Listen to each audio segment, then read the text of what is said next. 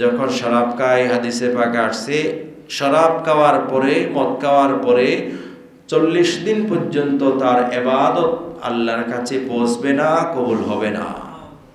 সবাই বলুন নাউজুবিল্লাহ। যতক্ষণ না সে সেখান থেকে তওবা করে ফিরে আসবে ততক্ষণ তার ইবাদত আল্লাহর কাছে কবুল হবে না। কিন্তু শায়েখ বলেছে যে মদকে নামাজ পড়া যাবে। আপনারা শুনছেন কিনা আমি জানি না, আমি শুনছিলাম একটু করে। শায়েখ বলেছে মদকে নামাজ পড়া যাবে। সবাই বলুন নাউজুবিল্লাহ। যারা শায়েখকে এত পূজা করে ওনাদের আকীদা হচ্ছে রাসূল ভুল করতে পারে, নাউজুবিল্লাহ, আমার শায়েখ ভুল করতে পারে না। আস্তাগফিরুল্লাহ মাআযাল্লাহ। আল্লাহ আমাদেরকে হেদায়েত নসিব করুন, আমিন। হেদায়েতের উপর রাখুন, আমিন।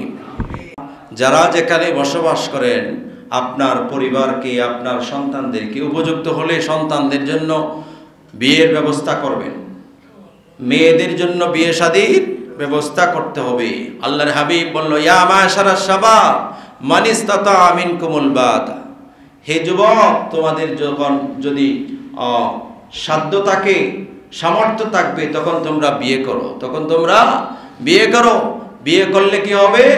এটা তোমার চক্ষু এবং তোমার লজ্জাস্থানের হেফাজতের বড় মাধ্যম হবে। সবাই বলুন আলহামদুলিল্লাহ। ফাইন লাম ইয়াস্তাতি, যদি সম্ভব না হয় তাহলে তোমরা রোজা রাখো। কি রাখো? রোজা রাখো। রোজা রাখো, রোজা রাখো। রাসূল বলছে কি রাখতে? রোজা রাখতে। শায়েখ আরেকটা বলছে, এটা আমি এখানে বলতে পারতেছি না। শায়েখ বলছে রোজা না কি একটা বলছে, এটা আমি মসজিদে এই জন্য বলতে পারতেছি না। শায়েখ পূজারীরা আপনারা একটু এগুলো দেখেন না। শায়েখ বলছেন না অনেক দূরে থাকলে, স্ত্রী না থাকলে কি একটা নাকি করা যাবে। সবাই বলুন নাউজুবিল্লাহ। রাসূল বলছে রোজা রাখতে, আর শায়েখ বলছে না এটাও করতে পারবেন, অসুবিধা নাই। তো এখন মানুষকে যদি মানুষের চাহিদা অনুযায়ী, এটা হচ্ছে ইহুদিদের একটা ধর্মীয় কৌশল, খ্রিস্টানদের ধর্মীয় কৌশল, মানুষের চাহিদা অনুযায়ী ধর্মকে পরিবর্তন করে মানুষকে দেওয়া। সবাই বলুন না।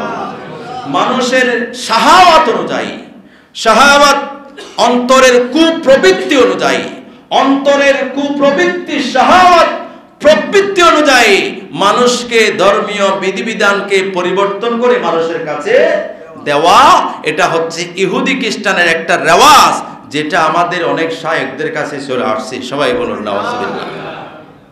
আল্লাহ আমাদেরকে হেফাজত করুন। সবাই বলুন আমিন।